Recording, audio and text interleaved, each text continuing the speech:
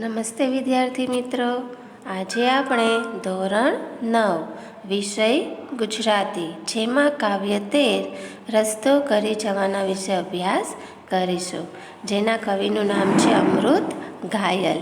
અમૃતલાલ લાલજીભાઈ ભટ્ટ એમનું પૂરું નામ છે અને ઘાયલ એમનું ઉપનામ છે.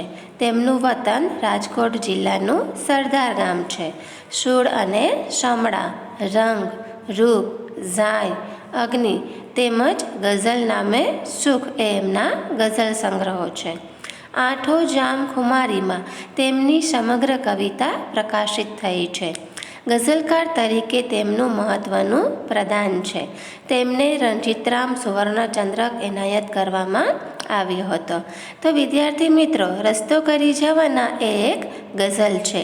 આ જે ગઝલ છે એમાં મનુષ્યની અડગ ખુમારીને વ્યક્ત કરવામાં આવેલી છે, જેમાં કવિ આપણને શીખવે છે કે અપાર મુશ્કેલીઓમાં પણ ઈશ્વર પર શ્રદ્ધા રાખી અડગ આત્મબળથી દરેક પરિસ્થિતિમાંથી આપણે રસ્તો કરી શકીએ છીએ.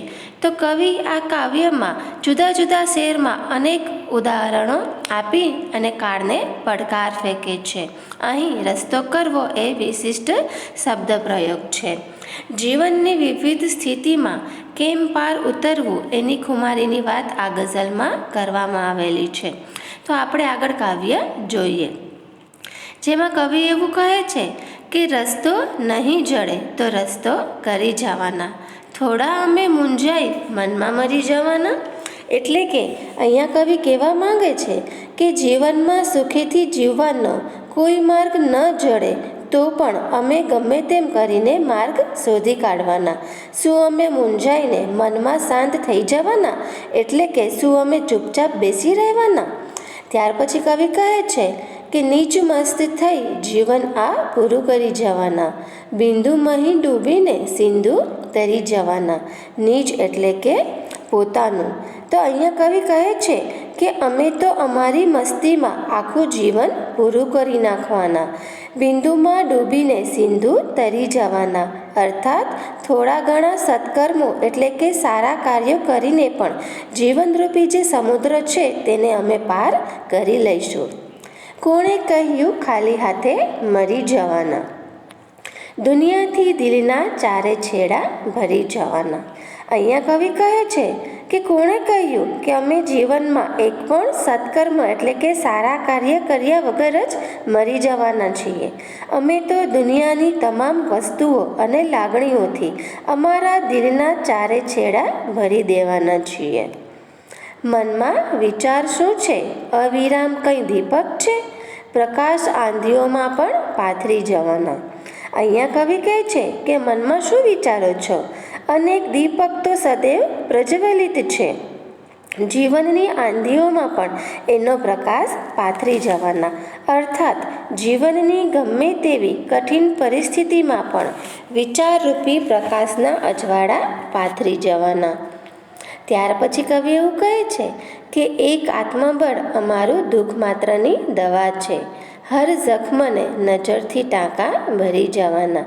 અહીંયા કવિ એવું કહેવા માંગે છે કે કોઈ પણ દુઃખ હોય એની માત્ર એક જ દવા છે, એ છે આત્મબળ.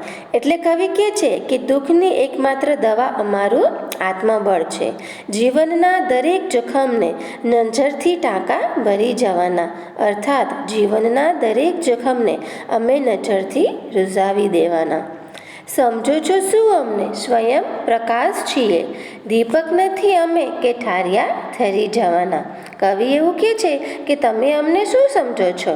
અમે તો સ્વયં પ્રકાશ છીએ, અમે દીપક નથી એ કોઈ બુઝાવે અને અમે બુઝાઈ જઈએ.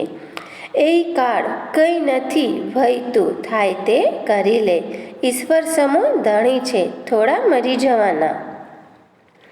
અહીંયા કવિ એવું કહે છે, એ કાળને પડકાર ફેંકે છે કે અમને તારો જરાય પણ ડર નથી, તારાથી જે થાય તે તું કરી લે, કારણ કે ઈશ્વર જેવો અમારો ધણી બેઠો છે, અમે એમ કંઈ થોડા મરી જવાના છીએ.